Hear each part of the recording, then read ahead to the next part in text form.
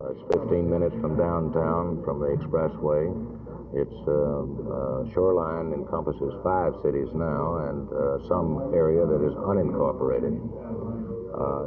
There's no question in my mind that to do it properly, this should be developed to urban standards because it's so sure that it will be urban. And this is the effort that we're trying to make now to cooperatively work with all of these counties and cities to see that this is done and save having to come back and do it right again. Why do you feel that the North Texas Council of Governments would be the logical agency to enforce this? Well, the North Texas Council of Government is, of course, a group formed by these entities plus others in the Council of Governments area. They have and have done the planning that is so essential to this area, and this report will be completed in July.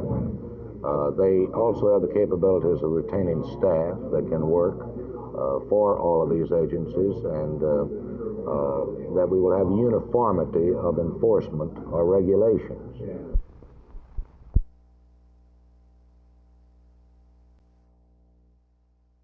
Paul Shelton is dead, and his killer or killers remain at large. The 13-year-old Fort Worth boy's body was found here in Cobb Park late Wednesday afternoon.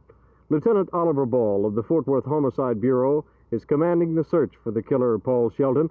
Lieutenant Ball describes the current status of the search. Well, at this time, we don't have any suspects. We're getting many calls from the public, which we asked for yesterday, asked for their help, and they're certainly responding. We're running all of these leads down.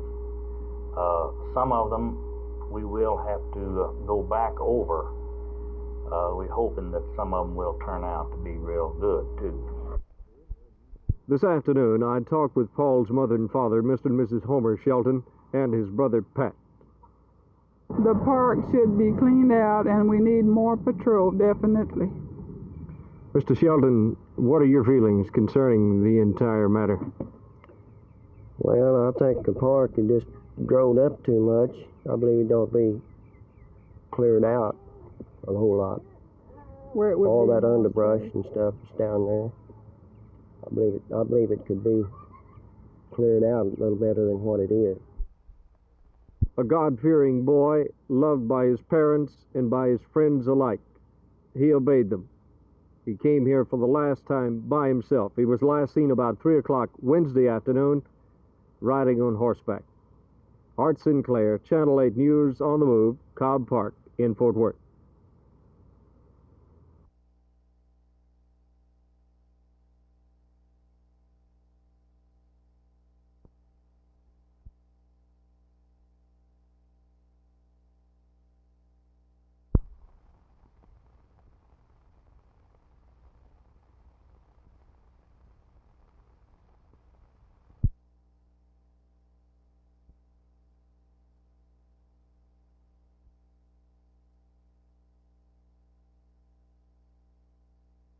This recent ruling on obscenity laws, apparently upholding the state of Texas laws as written, may affect your business. Do you have any thoughts on that?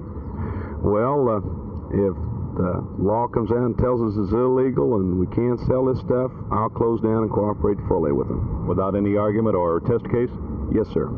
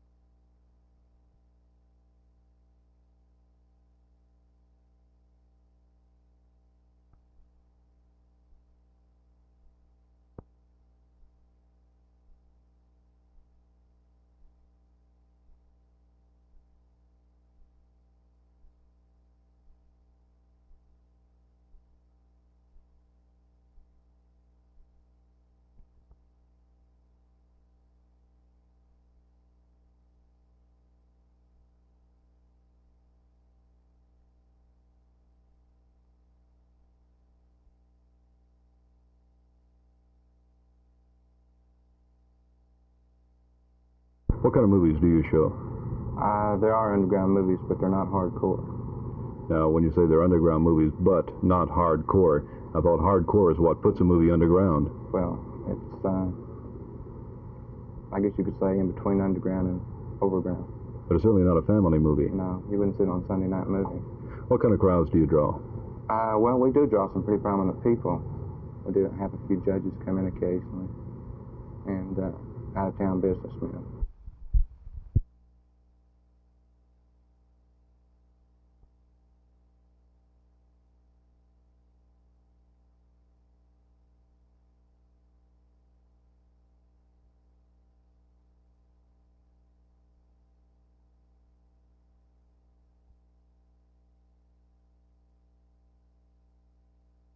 What determines pornography or obscenity? Well, the Supreme Court held that anything was pornographic that appealed to the prurient interests, was against the conscience of the community, and had no redeeming social value. Now, that's the only guidelines we got to go by, and it's a little hard to know what's a prurient interest, but for instance, certainly your stag movies are. They've also held that nudes in themselves are not pornographic. But I think this will free us to go ahead and try cases, and the jury itself ends up determining what is the community conscience on this. Should operators, book salesmen, strip club owners, movie theater managers that have felt a little bit exempt in the last couple of months, should they start looking over their shoulder? I think they should, and I hope that the police who handle an investigation will get after those that are selling and dealing in pornographic matter, and I'm sure they will, and we'll accept charges and prosecute. Do these titles disturb you? If so, the pictures inside would probably terrify you. But then that's maybe just your opinion. What about your neighbor? He may not think so much the way you do, and therein lies the discrepancy in the obscenity laws, whether in Texas or anywhere else in the country. What's objectionable to you may not be to your neighbor, but then on the other hand, what's okay with you could just terrify your neighbor. The gap between here and the Supreme Court may get wider as obscenity laws vary from state to state, and somebody is going to have to decide what is and what isn't. I wouldn't want to be that person, but I am Jim Mitchell, Channel 8 News on the Move.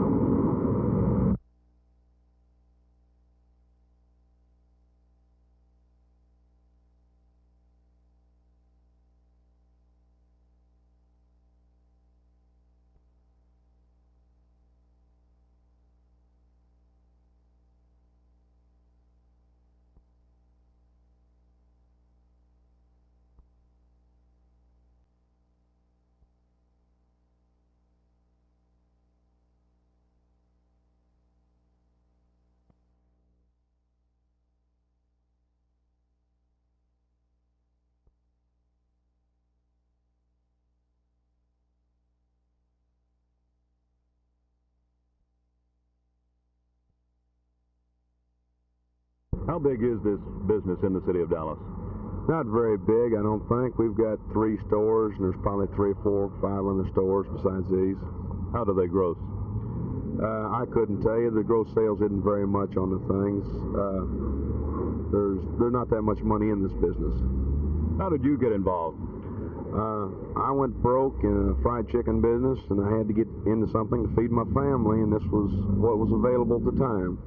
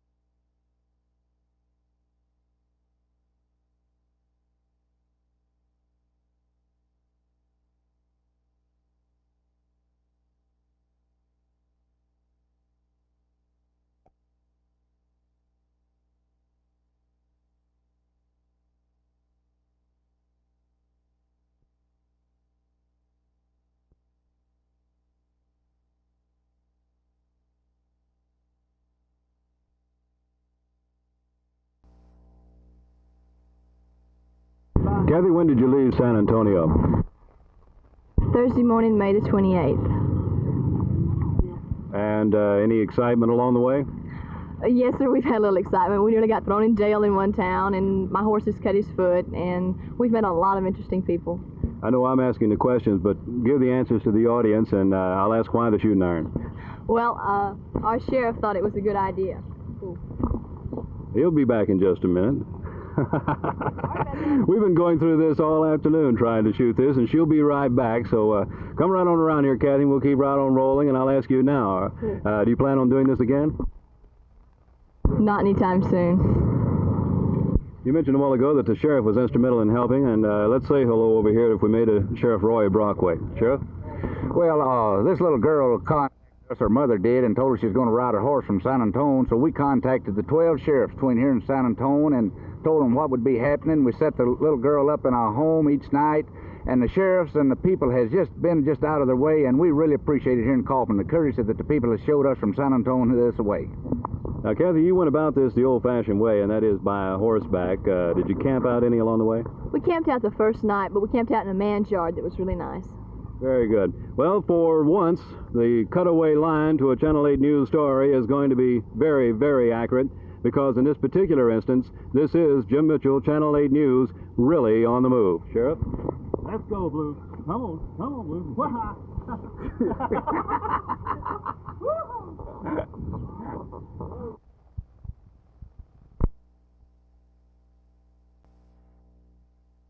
When the census comes in Dallas County, as it appears, will have more than 1 million residents, then this Harris Amendment limiting the amount of filing fees will go into effect, and the party will have less money. Is that not right? Yes, that's true, and it's going to pose a real problem for Dallas County. It would mean that had the census been in this year, we could not have financed the election that we have just held. We'll have to do it one of two ways. Since the Constitution prohibits the state from paying any cost of the election, and in fact a lot of people object to the state paying it anyhow, unless the Constitution is amended and the state pay a portion of the election, the only thing that could happen would seem to me to be one of two. One would be that we solicit volunteers to work for nothing in the election, or if we can't get volunteers, try to get people to work for less money than we pay now.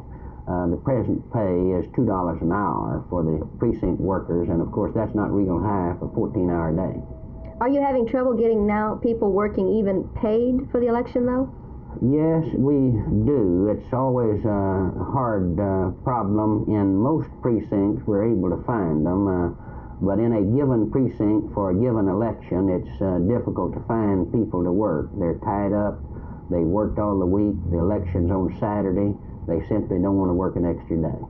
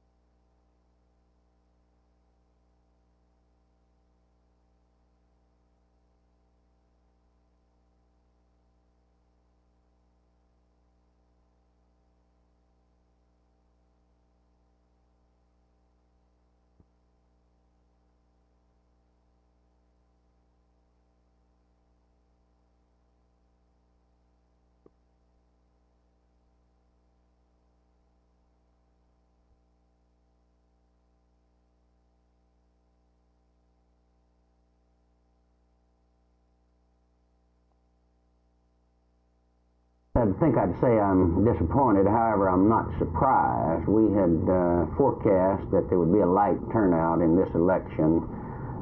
It seems now that it's going to be lighter than we had estimated earlier. What is the cost, does it look at this point, per vote in this election? The cost to the party, and these figures don't include the amount of money that the candidates spend and that their supporters spend on them, but the amount of money that the party has spent to hold this election now looks like it may cost above $3 per vote for the votes that are cast in this election, which will be an all-time high if that works out.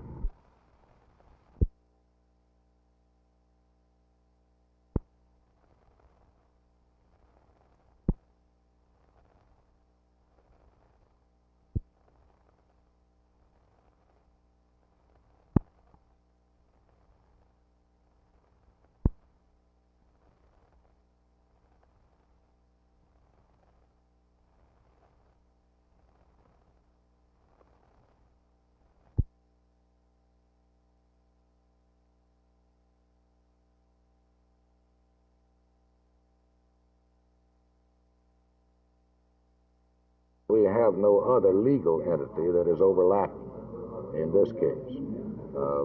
There may be later formed water districts or sanitary districts which could do the same thing, but we have nothing that exists now except the Council of Governments as a overlapping agency.